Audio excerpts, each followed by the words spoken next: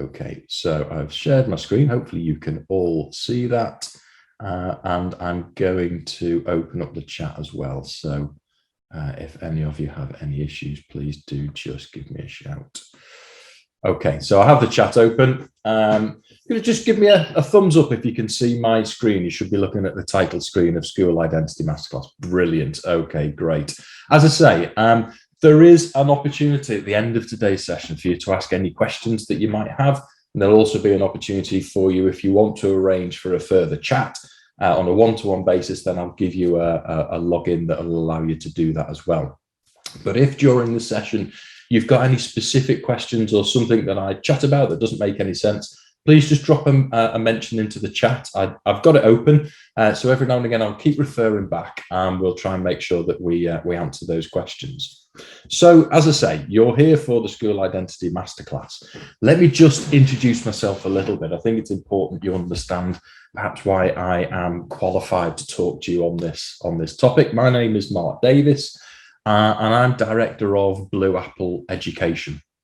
And we are a creative design team that works exclusively within education. So all of my clients are multi-academy trusts, schools, colleges, school groups around the UK, a few international clients, but only by accident. It's not really where we focus our energy.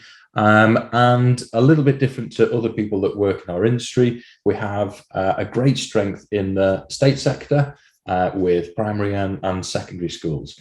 And I spend my life helping schools and trusts with their marketing and communications. I talk at lots of events, as you can see on screen. I also sit on the Multi-Academy Trust Association's advisory board as their marketing and communication specialist. So any members of Matter are able to raise questions, issues or problems that we've got, and us as an advisory board provide them with free help and advice and pointers in the right direction to get them back on track.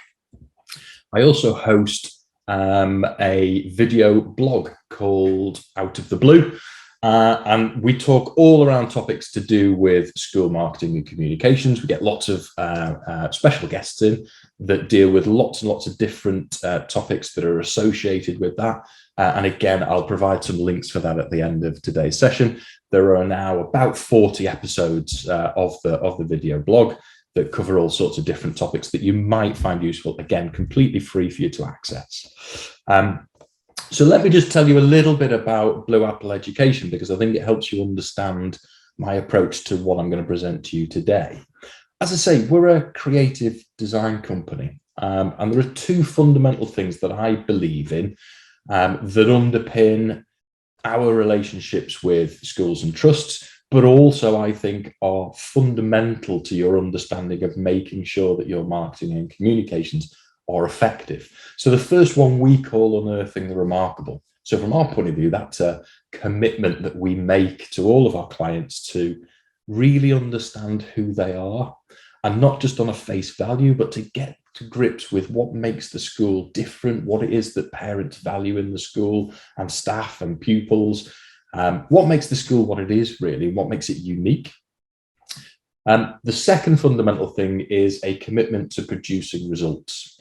And that is making sure that actually, we understand that funding is tight. Any money that's made available to marketing and communications is usually not massive.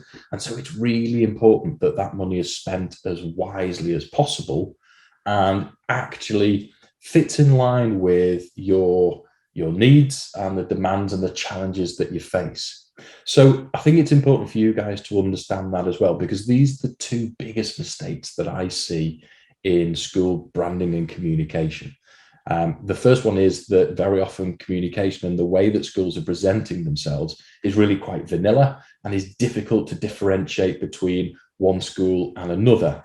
So a lot of what we talk about today is going to give you some tools to allow you to do that. So you'll be able to go back to your day-to-day lives and hopefully put those into practice and really give you an opportunity to view how effectively you're doing that and perhaps how you could amend it to make it more effective. Producing results-wise really is making sure that you actually know why you're engaging in a project or you're doing something.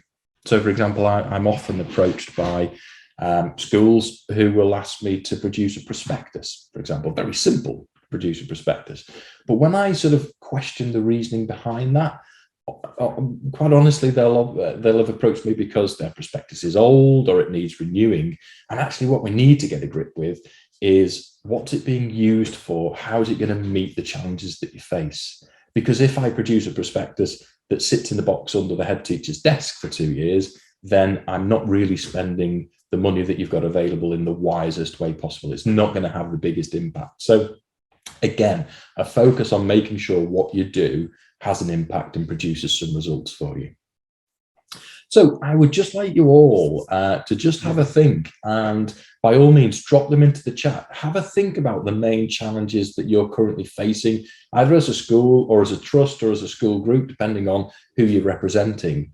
And if you drop those in the chat, what I'll do today is to obviously make sure that we try and answer those for you and that you get the most out of the session that we're covering today.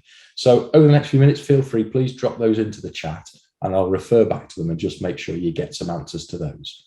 Now, obviously, we're here for an hour and a half. So we're not going to be able to answer every single challenge that everybody has and the specific issues that you've got. So if you feel that you need more support or more help, then by all means do reach out. It's completely free. I'm here to help. So if there's anything specific that you want to talk about, do let me know. And great, we're getting some of those main challenges in. Articulating each school's offer to stakeholders. Daniel absolutely will definitely provide some help with that. And I'm assuming that you're from a school group or a trust, and it can be often quite difficult really juggling the branding and the messaging of the trust and the branding and the messaging of each of the schools and how they appear. So articulating their specific offer can be an issue. Growth in pupil numbers and growth in the MAT from Louise. Yeah, absolutely. We'll take a look at that, Louise. And there are further masterclasses that I'll chat about at the end that you might find useful if you've got specific issues with websites. We look at school mystery shopping and those types of things that can really help with those issues. Rabia, MAT growth. Yeah, absolutely. There are some specifics around MAT growth, and I don't know if you attended the MAT growth conference from MATA last week. Where there were lots and lots of those sort of topics covered. And I'll provide you with a link to some recordings from that session because I think you'll find it quite useful. Lots and lots of speakers that were talking about MAT growth. Obviously, the position we're in after the white paper, lots of MATs looking at how they're now going to respond to that, but also lots of schools that perhaps historically have been sat on the fence about academisation, now making decisions about what they're going to do so they don't leave it too late and that they sort of control their own destiny. So there's loads to talk around there. And I'm getting lots of contact from MATs that are wanting to make themselves look as attractive as possible to those schools that might be joining.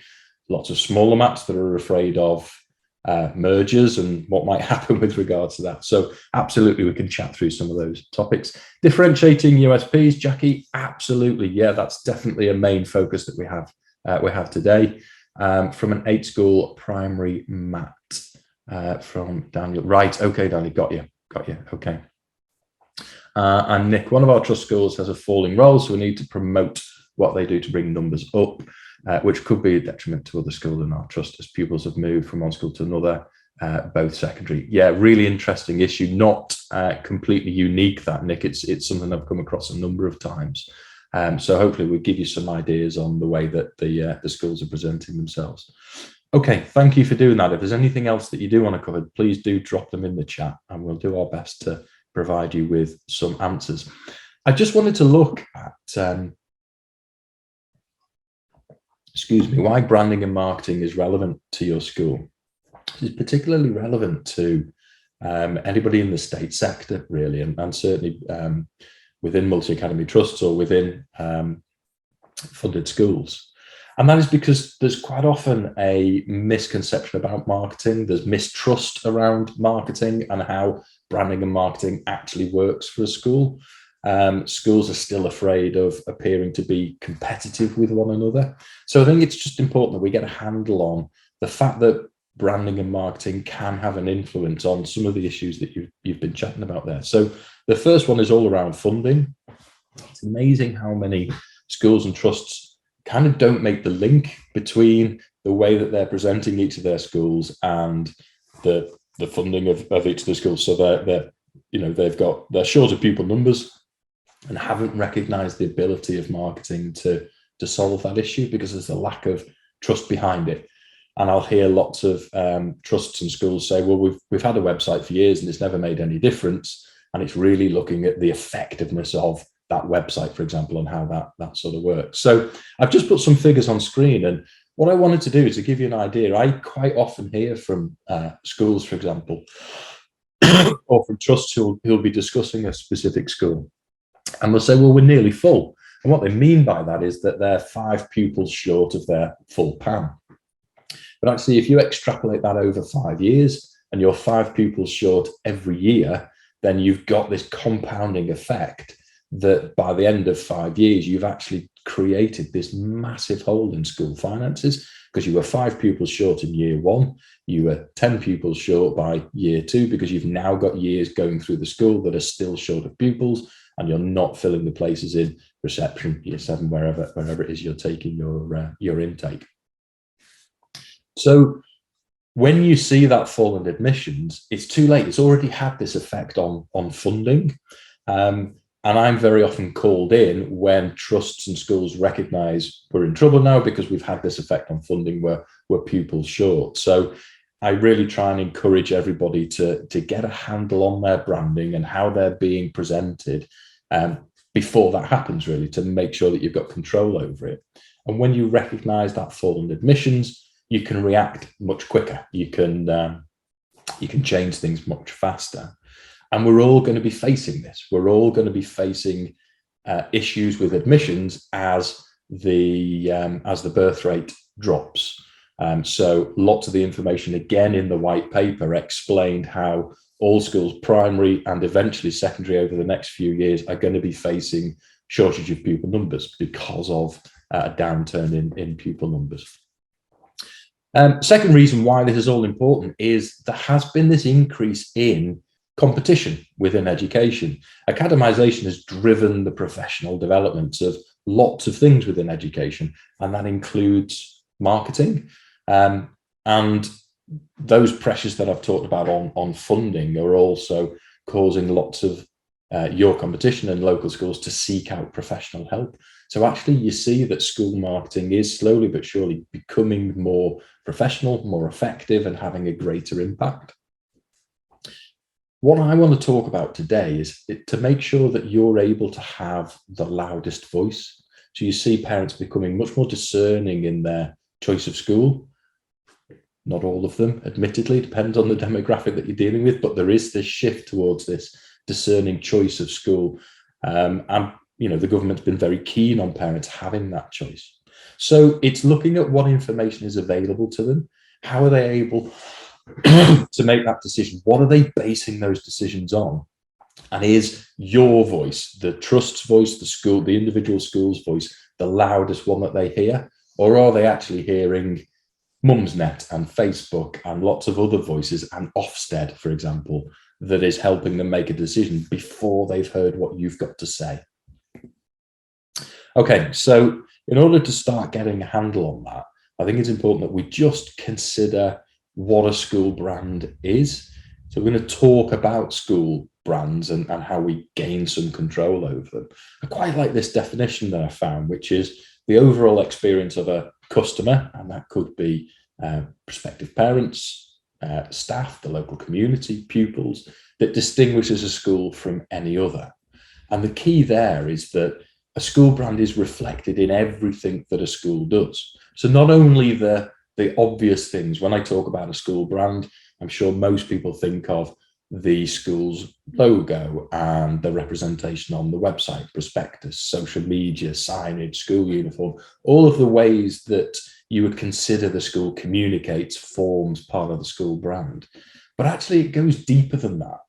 And again, what I want to try and allow you to get a handle on today is how you create a brand that is actually lived and breathed within your school. so that the brand becomes something that people recognize in the way that you communicate on every level. Your brand forms part of the way that the phones are answered and the welcome you receive when you go into the school office. If you attend an open day, the school brand should be controlling the way those open days are presented and the feeling that you get from them. And there's other things as well, like the fabric of the school, student behavior, etc., that all have some relevance in the way that you are creating an impression on your customer or your prospective parent or your existing parents. So, for example, I was speaking to a school that would describe themselves in a number of ways, but one of the ways would be that they are very welcoming and very friendly. And that was quite an important, integral part of the brand that they wanted to create. This sort of head teacher with an open door policy. Bear with me, so I'm trying to get in. So a head teacher with an open door policy that people can walk through the door and they're always going to be very, very welcoming. I visited the school and actually I entered the reception and I was left standing for well over 5 minutes. There were 3 members of staff that acknowledged I was there, but didn't say a word, didn't welcome me, didn't. So their brand is kind of hopeless because you can't present yourselves as a friendly, welcoming school if when you walk through the door, it isn't friendly and welcoming. It's important that the brand is represented in your entire experience of dealing with the school. Those first impressions, and we'll talk about first impressions in a little while, are really quite important. Okay, so what I want to do is I'm going to give you some lessons from the commercial world. I've chosen a particular example because I think it really helps us step back and think about a brand and how we get a handle on a brand. I've chosen Nespresso. I've chosen them specifically because they effectively sell a very simple product. The product that they're selling is essentially a cup of coffee. Now, we're a creative design team, but we only work in education. When we talk to other creative design companies, they're quite surprised by that. And they ask, how can we possibly just keep working with schools? How can one school be so different from another school? The way Nespresso would do that is made very obvious in their entire branding. Every way that they communicate and they engage with their customers is on brand and has been decided and has been very, very specifically decided upon. So if you look on their website, for example, Nespresso would say that Nespresso is not just coffee. It's a sensorial experience. It's a lifestyle that is simple yet refined, offering timeless elegance. What? So what they're doing here, what you notice about the way Nespresso advertise themselves is they don't talk about the coffee. They don't talk about the smell of the coffee and the taste and the color and the brew and the blend or any of the things you would expect somebody selling coffee to talk about. We call it selling the sizzle, not the sausage within sales. And it's all about the way that you sell an experience to someone and give somebody a flavor of how you want to make them feel by the way that you interact with them. Bear with me, because I understand that this sounds a little bit off the wall when we're considering schools and education. If you go into an Nespresso shop, for example, again, it's completely on brand. They've decided the way that they want to appear, the sort of brand character that they want to have, how they want you to view them as a business, which is going to be high end. It's going to be, they want to give you this experience that's a little bit different to anything else, perhaps a little bit like the Apple store, but you go into their shop and it's almost like a boutique hotel. It's very beautifully designed. You'll notice that the tills, they do have tills, but they're not very obvious. They're hidden away behind the counters. When you interact with their staff, they all present themselves in a certain way. They'll put your extortionately priced coffee into a nice bag and they'll walk from around the counter and they'll hand it to you, and they want you to feel special when you shop in an espresso shop. And before you know what's gone on, you've spent 50 quid on coffee. It's just coffee. It's just a cup of coffee. You could go and buy a jar of Nescafe from Aldi and you'd make coffee. Okay, so they're selling this whole experience when you deal with them. Now, the reason this is important is by understanding who they are and how they want to present themselves, it makes all of their marketing decisions much, much easier. So, for example, when they want to place a press advert, the choice about who is going to represent their brand is made very simple. George Clooney is a perfect match to their brand, this suave, sophisticated, high-end, this is how we want you to feel about, I mean, every woman's dream, apparently. Every time I show this picture, everybody says they're in love with it. Don't get it myself. But anyway, that advert would look very, very different with Danny Dyer drinking a cup of coffee, because his brand is completely wrong for Nespresso. It wouldn't work. He doesn't fit with the brand. The messaging wouldn't work. He wouldn't be getting the right impression from the way they're presenting themselves. And the exact same is true for anybody that wants to get a handle on a brand. Understanding how you want your brand to be perceived will help you make all of the decisions about everything that you do. Every single way that you communicate should be on brand. And that's what we're talking about. So when we say on brand, we're not talking about, but it's got our logo in the top left-hand corner and it's got our strap line. Okay, that's fine. But is it on brand? Is it creating the right impression? Does it create the right personality? Sounds similar to Simon Sinek's Golden Circles and Start with Why. It should do, Daniel, because I think Simon Sinek is brilliant. And I learned a lot from studying a lot of what he does. He talks a lot of sense. So what we've done is, there's not a lot of what Simon Sinek says that most marketeers haven't adopted now, to be fair, and present as kind of the way that we should be marketing. What I try and do with that is to try and make it relevant to education and give you a handle on it so that it can be useful when you go back to the trust and back to schools. So hopefully that makes some sense to you. It will do as we progress through the session today. So why is the brand so important? Well, your brand is this opportunity that you've got to differentiate your school from what is becoming actually quite a crowded marketplace. So the question you've got to ask yourself is, how do you want the school to be perceived? And then we need to work to make sure that that's actually how you're presenting it. Now, that sounds really obvious and very sensible, but it is amazing how many schools don't manage that. So I can sit with a head teacher who within 5 minutes will describe a fabulous school that has a very definite brand and has a real understanding of who they are. But from the outside looking in, I don't get any sense of that. When I visit and I do my research before going into a school, I don't get any sense of all of those things that the SLT talk about. So that's how do we get that working? How do we make sure that the way we present ourselves is true to the way that we talk about ourselves? If we sat with a parent, we'd be really encouraging, we'd be very excited about our own schools, and we need to make sure that our communication does that as well.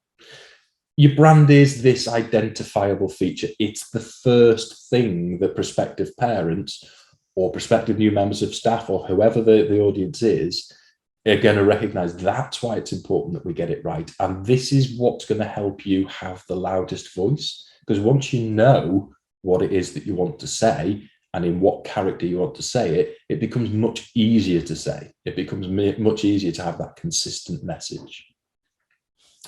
Right, that's all fine, but it's all a bit sort of theoretical at the moment. So where do you start? How do you start to get a handle on all of this? Well, step one, and I'm going to take you through 3 key steps this afternoon, is Unearth the Remarkable. That's the title of it. That's going to be the first step that we take. So I want you guys to grab a pen and a piece of paper, and I want you to think about what is remarkable about your school or about your trust or about your group, whatever it is that you represent. Really think about that first impression that you would want to present to the outside world. All we're looking for here is, it could be a single word, it could be a short phrase or a short sentence. It doesn't need to be War and Peace, but it's that thing that differentiates you. It's the thing that underpins your belief system. It will be the thing that was brought up when you were discussing your vision and your values and the ethos of the school as underpinning who you are. It might not be the easiest question to answer, but it's always worth doing. It's a really powerful thing. So I'm going to leave that with you for the next sort of 5 or 10 minutes. We'll move on a little bit, and then we will return to those things that you've written down, so that I can give you some pointers on how you can start to use that and why it's important. So just as a reminder, what you're doing is just having to think about what's remarkable about your school, the thing that differentiates you. We don't need War and Peace, just a short sentence or even a single word. The best answer I ever got to that was a head teacher who just wrote the word me. That's fair enough. I'm not sure how I'm going to work that into marketing, but there you go. Okay, so while you're doing that, I just want to talk about first impressions and why they're important. We know intuitively that first impressions are important. That's why we present ourselves in a certain way when we get dressed in the morning. There's been a movement within society that would suggest that actually, as a society, we don't want to judge a book by its cover. There's lots of conversation around that, quite rightly so, actually. But it's important that we recognise that we still do.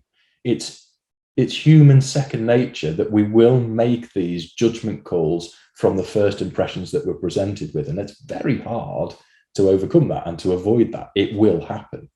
What that means is that parents, prospective parents or prospective new members of staff, are making a judgment about your school in less than 1 second. They say less than 7 seconds, and they've actually really made their mind up. So whether we believe that or not is Simon Sinek would, for example. But what we're talking about here is they've not made a judgment call that they're either going to send their child to your school or not. They've not got that far, but they have made decisions about your school. You have created an impression on them. And all we're talking about here is that first impression, if it isn't the one you want to present, is going to be very difficult for you to overcome. You're going to have to work much harder in your communications to overcome that initial first impression that they had, because we all know how our first impressions stick with us. We're not necessarily saying that first impression is a bad one either. It might just be the wrong one and not the one that you want to be presenting. Okay, to give you an idea of how that works, I've put up a logo. This is a real life logo from a real school. And I'm going to put a poll up very shortly that gives you a list of 10 different words, all of which you may or may not feel are relevant to the logo that is in front of you. So I will just launch that poll. Okay, so hopefully you can all see that. If you could all just take a look through that list, you can select as many as you want, but just indicate which of those words you think. And all we're doing is we're looking at a logo. We've kind of taken it out of context, so it's a little bit unfair, but it does help us show how we're making a first impression simply by just looking at a school logo. So we've got answers coming in already, and everybody so far. Wow. Okay. I think everyone has answered. Just a few more seconds. Okay. So I will share those results with you so that you can see. So hopefully you can see those results on screen. And it's interesting that we all thought it's an independent school, and I can understand why. It's definitely got that feeling to it. It's got this heraldic kind of design to it with the, it's a coat of arms, for God's sake, with the shield, etc. Nobody thought it was a state school. 1 in 13 people thought it was primary. About 62% thought it was a secondary school. None of us think it's special. Yet nearly everyone, well, 85% think it's a very academic school, and only 15% thought it had some pastoral feeling to it. Nearly everyone, 92%, think that it's traditional, and only 8%, one person, thought that it was caring in any way. Okay, really interesting answers, those. It will probably come as a surprise to you to learn that the logo is actually from a special school. It's an all-through special school, by the way, but it offers this very specialist provision. So these are students with profound physical and mental disabilities. When I did this exercise with the school themselves, they were the first to recognize that their logo was hopeless in terms of the way it was presenting them and the way that it was the starting point for their brand. It is so out of kilter with who they are. Now, it had been around for longer than anybody could remember. Nobody really knew where it came from. Nobody could tell me any of the relevance behind the dove other than perhaps peace, perhaps. There wasn't a local windmill. The rose represented Lancashire because they're in Preston, and some sort of, I don't know, agricultural activity going on. Even the strapline, achieving the best, just doesn't fit with the feel of the school, which is a remarkable place to visit. It's rare that I've ever visited a school that has such a strong handle on its character and on its brand and has an understanding of who they are and what they represent. Our job, we did actually rebrand the school. And if you go to our website, you'll be able to see the results of that. I won't show them right now. But our job was made really simple because actually by talking to the school, they just had this very, very strong brand character that they were not representing at all. All of the way they communicated was completely out of touch. So we've taken that out of context. We've just taken a look at a logo, but even just the logo gave us the completely wrong impression of the school that we're talking to. So it's really important that the brand starts to support who we are and the brand starts to represent who we are. And really, really quickly, I'll just show you these things because I really love them, basically. A really strong logo can really start to work and can start to get recognized. So when you start to develop a very, very strong brand, you'll find that people associate with it, which is really, really powerful. You can do that within the school environment to a much smaller audience than, global companies are doing. But for example, when you see this text, it just says the word 9, but I imagine most of you recognize that is from the Disney logo. And again, when you see the word loco, we pretty much all know that that's Coca-Cola. And the same thing when we see ink, and we know that that's Nike. So even when you're not looking at their logo and you're looking at a random word that just happens to be written in the same font, we're able to recognize the brand that brand has created. We're able to understand them. So they can really start making associations. You can think of the associations that Nike have. We all immediately start thinking about fitness and sport and some of the high caliber people that they have advertising their brand. So getting that strong brand can be really important. Okay, so hopefully by now you have in front of you on a piece of paper, you will have, just check that that's working. Someone was just trying to come in, bear with me. Yeah, there we go. So hopefully now you will have on your piece of paper an answer to that question. So some indication of what makes your school or your trust or your school group remarkable. So what I want to do now is for us to take a look at those answers a little bit and maybe critique it, give you some way of making sure that this is actually going to be powerful for you. So the first thing we need to look at is how unique our identity is. So what happens when I ask that question is I get loads of schools that tell me what makes us unique is that we're a very nurturing school and we focus on the whole child. If I had £1 for every school that told me that, I'd have lots of pounds. But basically, it's a very, very common thing for a school to talk about. If you consider that, what does that nurturing mean? Well, what parent wouldn't want to send their child to a nurturing school? It sounds great, but it doesn't really stand out. We are a nurturing environment. It's kind of the point of a school.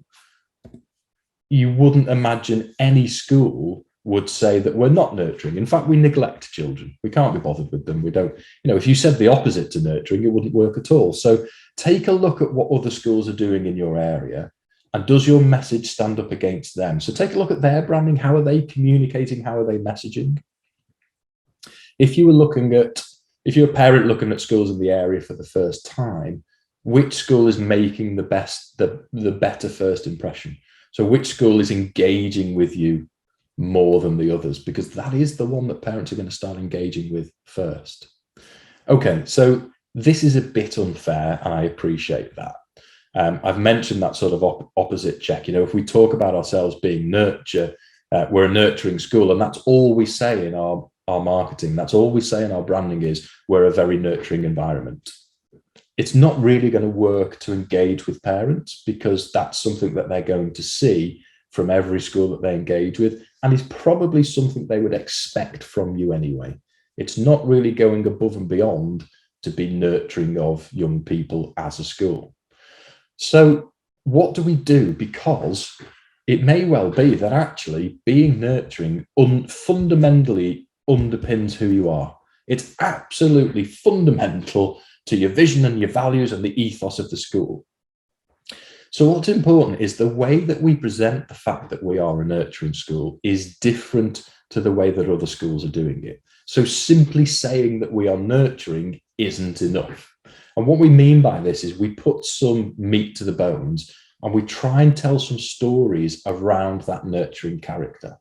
So someone's trying to get in again, bear with me. So we know that stories make facts really easy to recall. There's a very famous study, the Hyder study, that shows that human beings actually find narratives where there aren't any. We buy into stories, and we associate things with stories. So think about the stories that you could tell to demonstrate the remarkable that you've outlined on that sheet of paper that sat in front of you.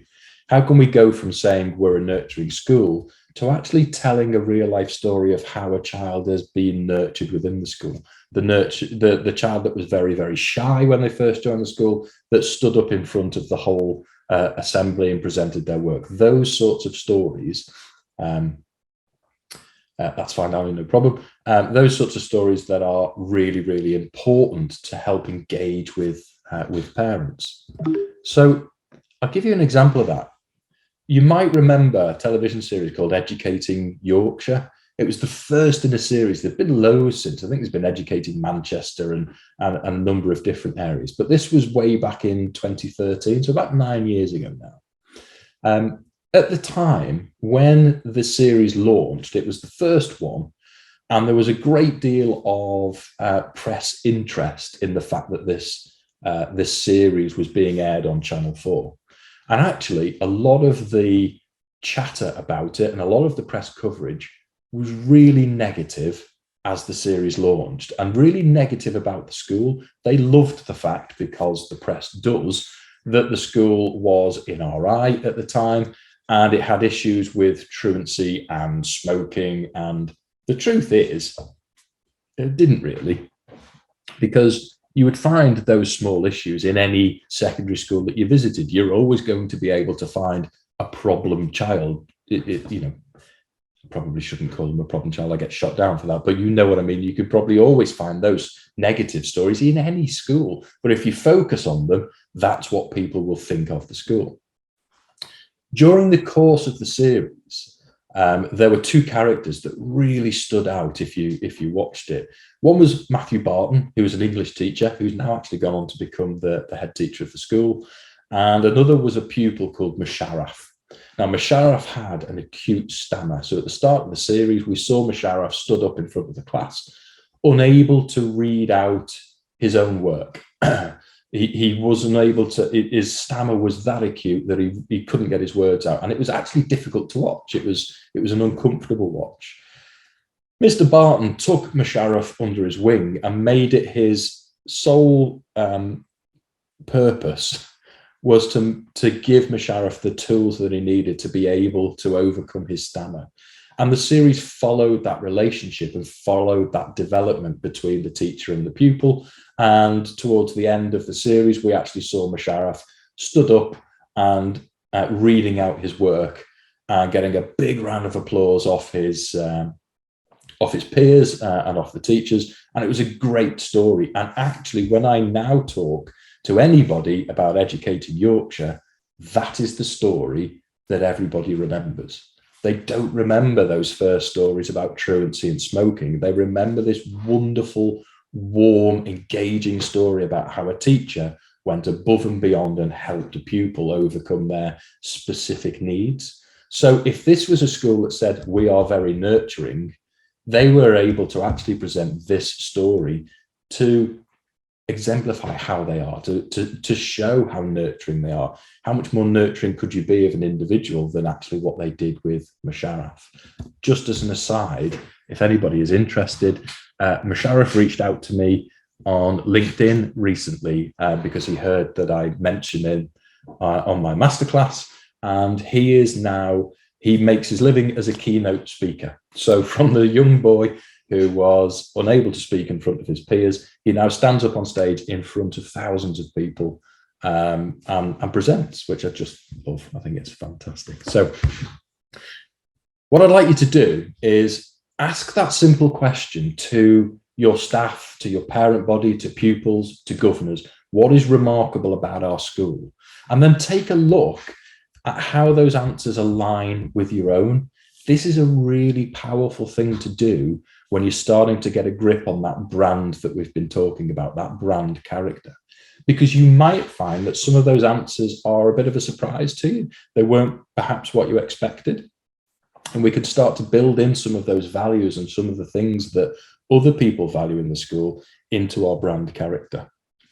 Okay, so to recap step number one, please do that. Go and ask those stakeholders, see what they value in the school.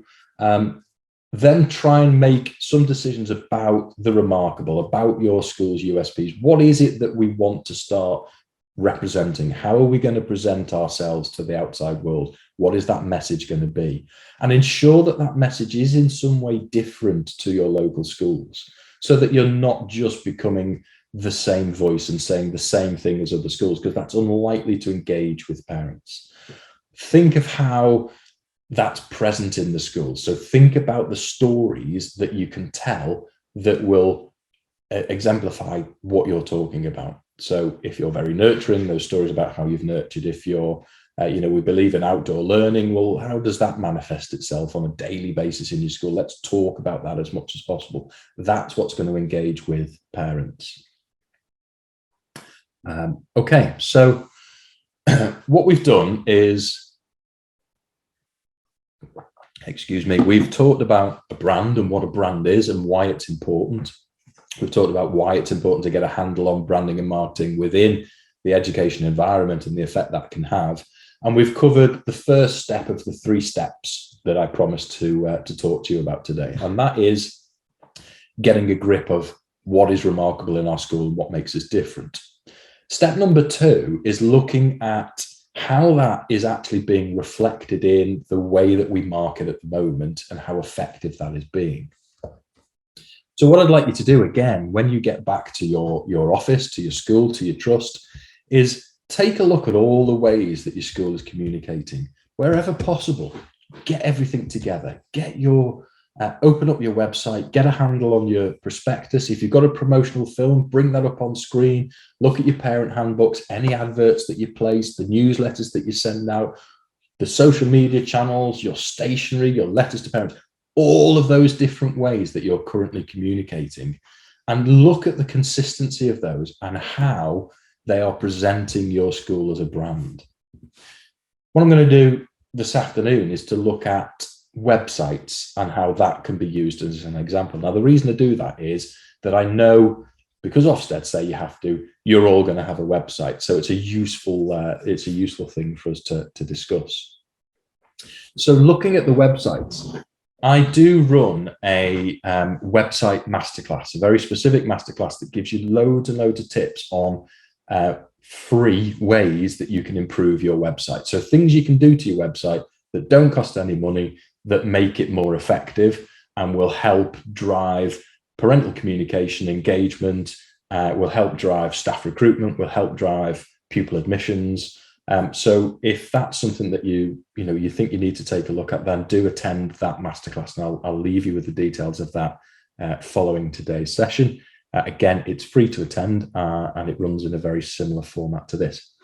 But we'll take a little bit of that information because I think it really helps with the branding. The first thing I want to talk about in the way that you're presenting the Remarkable is how you actually talk about it.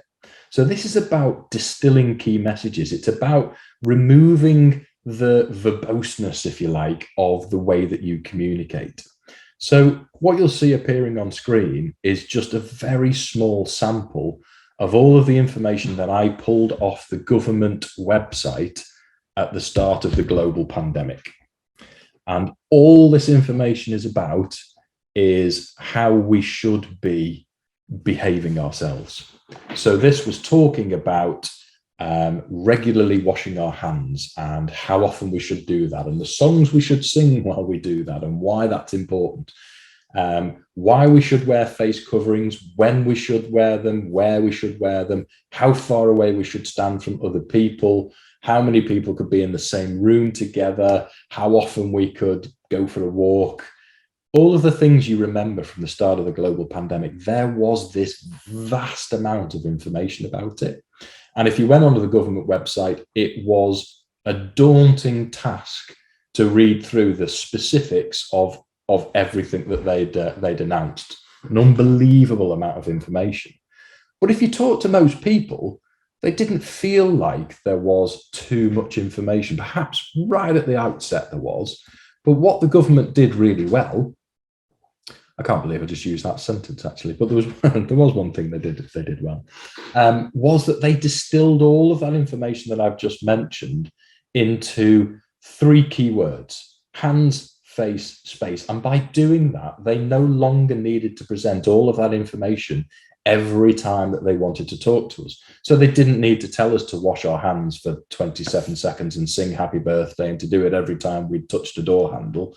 They just said hands, and they just said face when they wanted to talk about a face mask. So they were taking that key information and trying to distill it down into something that we could actually start to associate with and start to understand.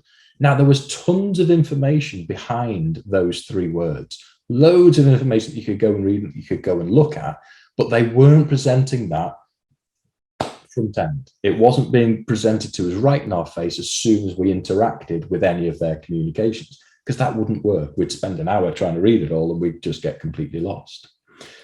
If you compare that, flip that on its head and compare that to lots and lots of school websites, and I've chosen a website at random. I just happened to be talking to Beaumont Primary. And this is very common. It's something I see quite often is right on the homepage. What we've got here is a welcome to Beaumont Primary. And then if we scroll down, we've got this great big long chunk of text that's been written by Debbie, the principal of the school. It's really nicely written. There's lots of really nice information in there. It's a very warm welcome to Beaumont Primary, but nobody's reading it. It is too much information to present. A prospective new parent will not sit and read that welcome. They need you to have distilled that information down into something they can understand. So we need to start thinking about how we can visually represent that, and that we can make key statements that are going to draw our parents in and want them to learn more. So I quite like Overdale Infant School and the way that they've done it. If you look at their website, this screen actually changes. So the image changes, this messaging at the front end changes, the text underneath changes, and the button that they ask you to press changes. So they're not worried that the full head teacher's welcome isn't presented to you right at the front end. They are thinking about some key messaging. They're thinking about engaging with parents, and then they're giving the parents the signposts as to where they want them to go. They're guiding the parents through the story that they want to tell them. So they're making sure that their voice is going to be the loudest voice, and actually the first impression they create is a really nice one. It's all very nicely branded. We've got this the child interacting with a teacher, which is an important part of their character and the nature of what they do. All very, very simple, but you can see how it's very, very different to the example from Beaumont Primary. And that's because Overdale have a handle on their brand and they know how they want to present themselves. Another thing to consider is whether your website's talking to the right audience. It's a mistake I see a lot of the time. And when companies develop websites, if perhaps they don't work in education very often, there's this immediate thought that the website needs to look like a school. It needs to be childlike, and certainly if it's a primary school. So we end up with lots of websites that start to look like this. They're all very, very similar. They're cartoon-like and they have these characters. But it's very, very hard to differentiate one of these schools from any other. And they tell me very, very little about any of these schools' brand character. I can't really tell you what, bear with me, someone's very late. I can't really tell you the difference between SS Peter and Paul's Catholic Primary School and St Chad's Catholic Primary School, and why they would be different, because, I mean, I've got a slight idea of perhaps the building that they're in, but other than that, nothing. So all of those things we've been talking about so far this afternoon, you know, the remarkable, the way you engage with parents, the way that you're different, completely missing from these website visuals. So they're not doing that job. So just bear that in mind. If ever you're presented with that as an option, you will find all of the companies that produce these website examples, for example, they don't have to make it look like that. It's the key. If you talk to them about how you want to be presented, so I'm trying to give you the ammunition to say, look, this is what we're trying to put across, they will be able to create a website that doesn't look like that and represents you much better. It will cost the same. It won't be any additional cost, but you're going to get much more effective use out of your website when you do that. Make the most of what you've got. So I just pulled this example off. Again, this is really quite common. Park Lane Academy, they've got that power of three that I was talking about. So in marketing, we call those three words hands, face, space. We call it the power of three. And it's breaking down messages into three words that people will remember. We as human beings love things that come in threes. We remember them and we associate with them. So Park Lane Academy have obviously had some direction in the way that they're marketing themselves, and they've pulled up on that idea of pride, respect, and ambition. Quite like those words. They obviously represent something to do with the school and what the school wants to represent.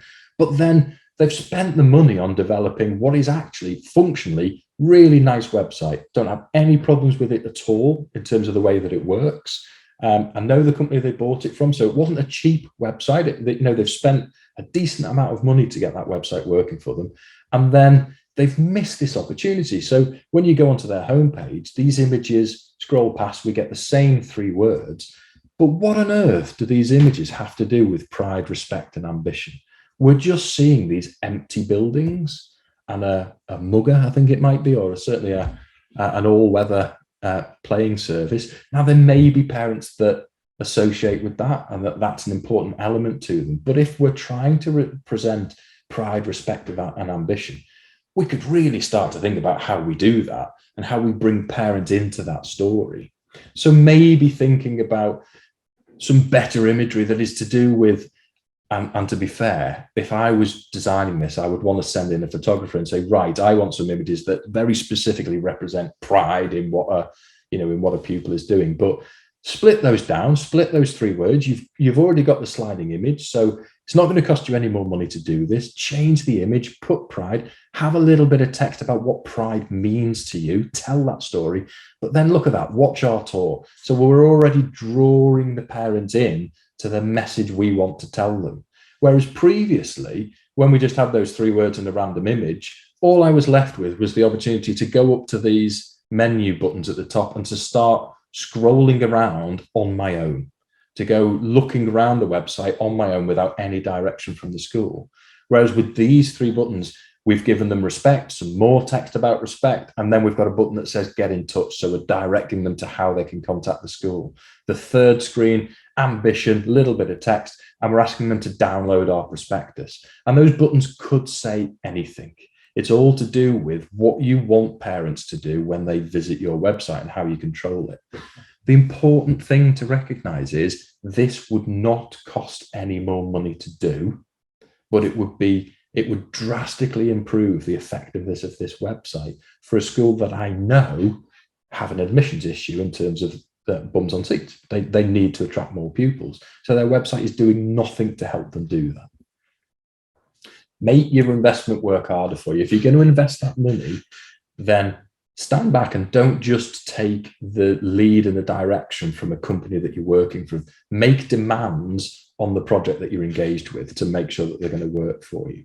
We talked about first impressions matter, and I just wanted to bring this up because I think, again, for the school that's got the pride and respect, etc., then they really could have adopted some video content to really bring parents in. I love video content on websites.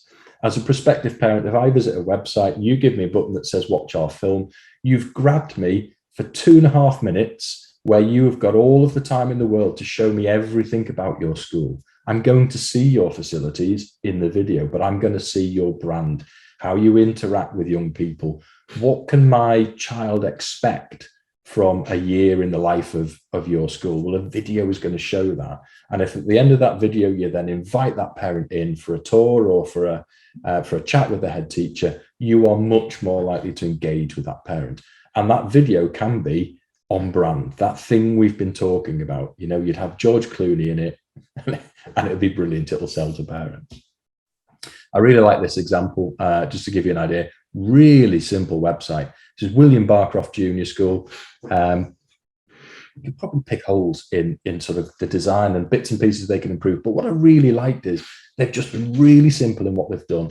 They've put their inspire, equip, and nurture, and then they've just said hit the play button. They've got a little bit of their video playing. I think it's a loop of about 20 seconds. And if you hit play, you go through to this full promotional film where we're going around the school, we're engaging with pupils and teachers. We see music lessons and we see sport, and we just see this exciting environment for children to be in.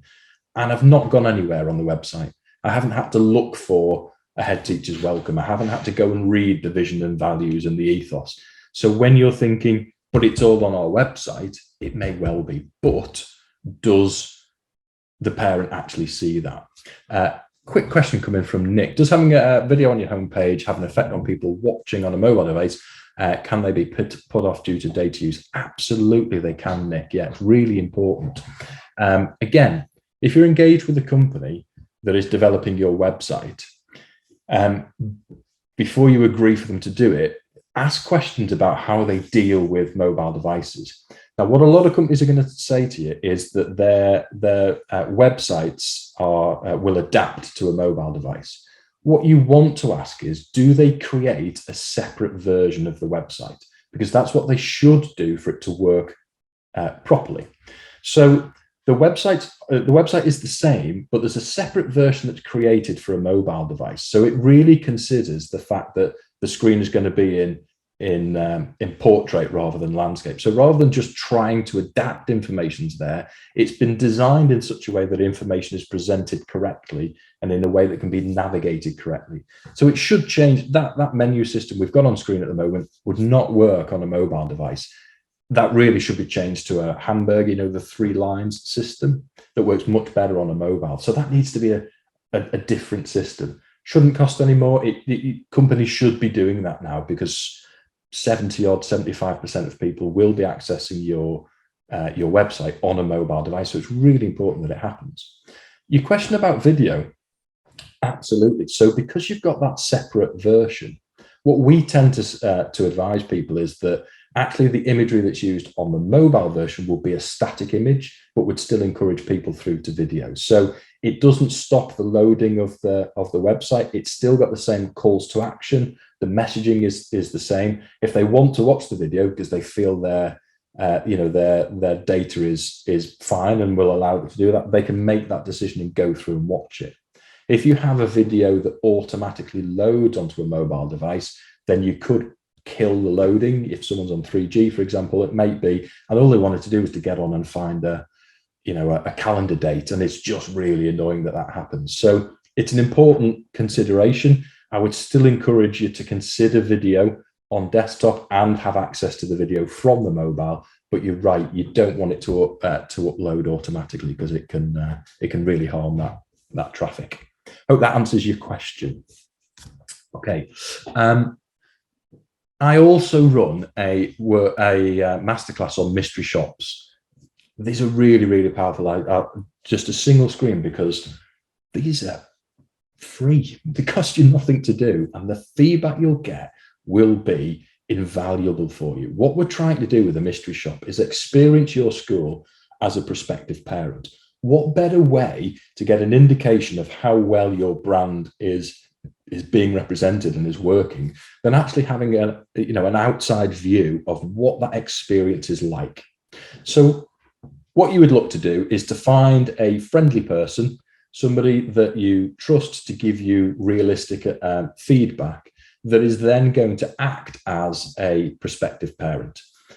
There's quite a lot of work to do setting that up. We talk about profiling that parent and how we set that up. But effectively, you get that parent, that prospective parent, to inquire. Call the school, send an email, and look at the response that they get. Look how enthusiastic it was, how quickly the information came out. Did it wow? When you received it, did you think, this is the most amazing school? We've got to go and visit this school. It looks amazing. Or did you think, okay, yeah, it's 40 sheets of A4 that have been photocopied in the office, stapled in the top corner, that tells me how much dinner money is, and there's a big list of staff, and it tells me what to do if I think my child is in trouble, and is in no way encouraging me to engage with the school. And what you want is feedback that shows you how the experience could be improved. And obviously what you're going to do on that mystery shop is hopefully come on the tour of the school and give feedback on that. Again, as I say, there's a masterclass all to do with mystery shopping, so an hour and a half where we cover that whole topic, how to set them up, how to go about getting feedback. The masterclass is free. Mystery shops are free to do. Really powerful. You'll get tons of information. The reason I like them is that they very much provide you with some guidance on the bits that aren't working particularly well. So that really helps you know where you need to invest some money, rather than guessing and thinking perhaps maybe we need to improve our website, for example. You're going to have hard, fast evidence where your mystery shopping parent is going to say, I found it really hard. I wasn't really encouraged to engage with the school. It was difficult to find your prospectus. And all of that feedback is really, really powerful, because it gives you real life information to work with. Okay, so just to recap on step number 2, we're talking about how your remarkable is reflected in the current way that you're marketing and communicating with the school. Get everything together and look for consistency across it. What is the first impression that you're getting from all of that information? And what's the overall experience of interacting with your school? Do a mystery shop.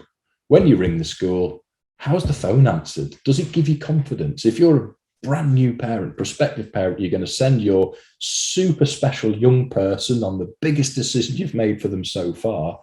Do you feel confident in the school, in the way that the phone was answered? Did it feel like a professional environment, somewhere that you could invest that very important thing in?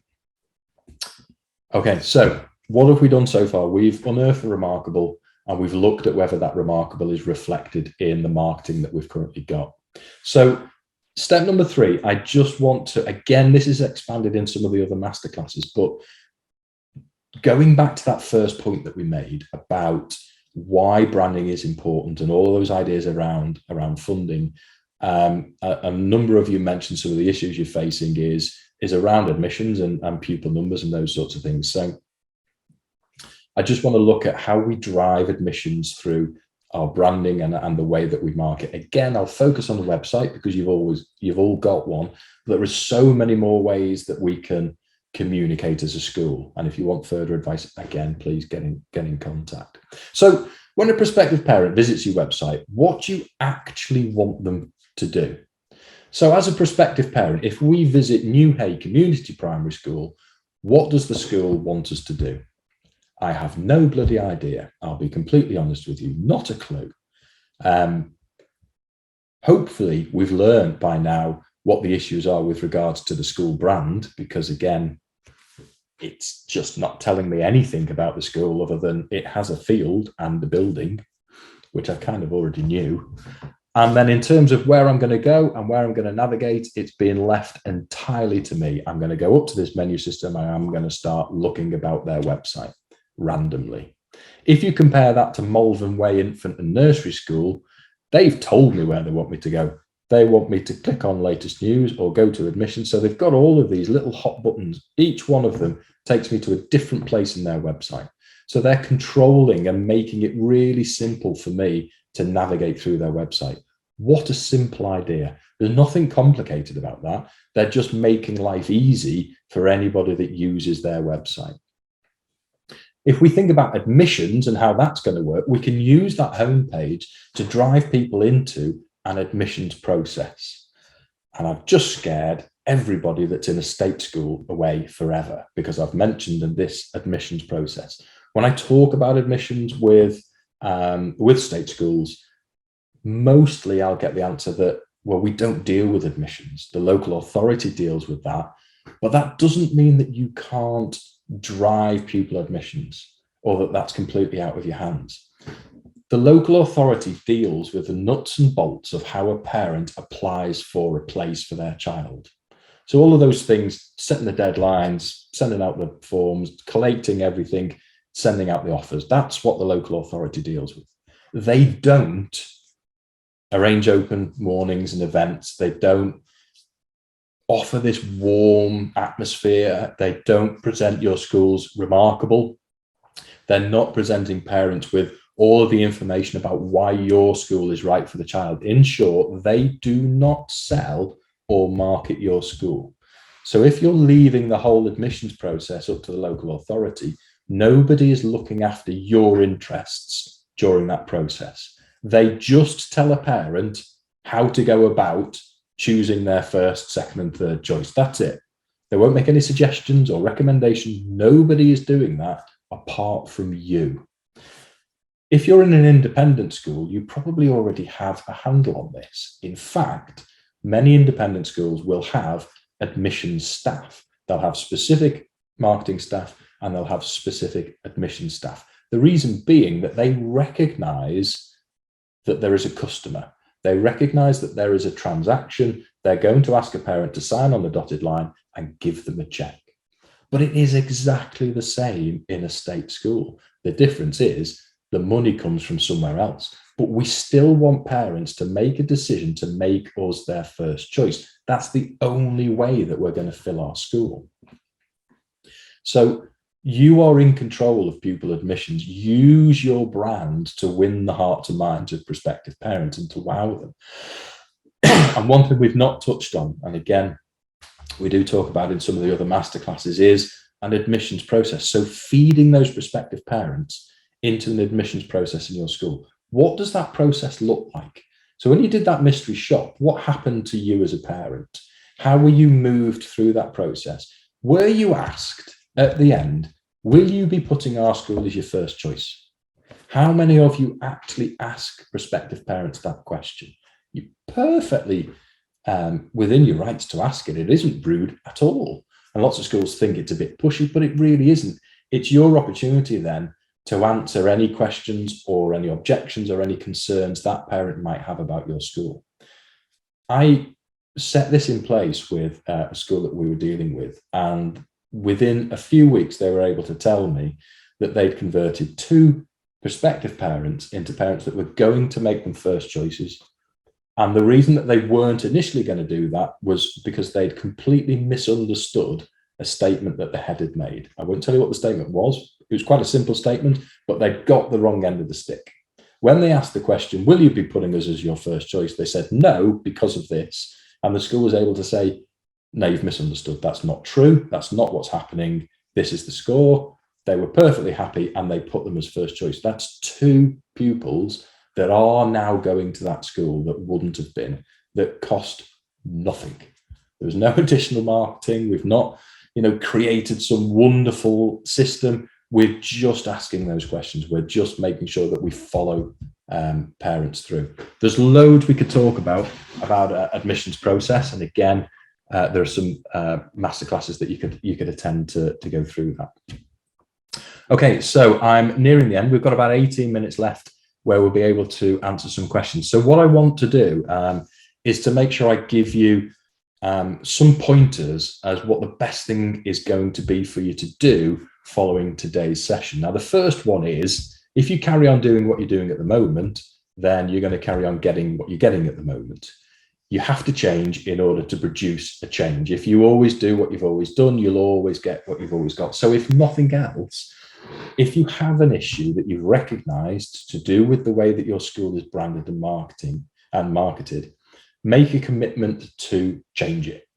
And simply doing that is the first step in making a difference and actually affecting how effective the brand is. So we have a solution for it. It's called the School Brand Identity Kit. So this is a way that you can start to make sure that all of your marketing and communications is on brand. We've talked about what on brand means and is effective. Essentially, this is a kit that we've put together that gives you that starting point. It provides you with everything. So we go through a process where we have a chat with the trust or the school, whatever you represent. We would either work with your existing logo or develop a new one, depending on the situation and how that works with parents. But then, excuse me, we're going to produce the brand.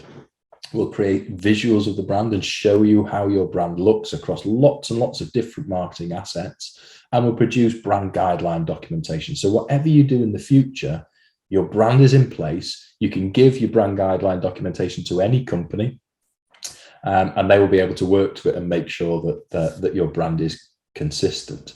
What we're looking to do is to make sure that you've got this powerful brand story. That's what we're going to create for you. So not only visually how it looks, but actually what the messaging in that is and how that's going to engage with parents. It's going to improve your communications, and it gives you that very clear and focused message that's going to encourage parents, hopefully, to make you their first choice when it comes to admissions. To give you an example, here's Overdale Infant School, and here's how they changed once they went through the whole branding process. So they went from this sort of website, and all of a sudden that's been altered, and we've seen their website before. There's their mobile version. You can see what their new logo looks like across lots and lots of different collateral. And we're now moving on with Overdale. So we're now designing their new school website for them. We're creating their promotional prospectus for them. So having done the School Brand Identity Kit, they've decided to stick with us so that we can now provide them with all of the ways that they're going to communicate. And we provide everything that you need to market and communicate. It's kind of like a one-stop shop, even though I hate that phrase. To give you an idea, the cost of doing that is £2,650. That's all inclusive. Everything is included and delivered back to you. The idea is it's kind of setting you up to compete with other local schools, other academy trusts, and we provide a money-back guarantee.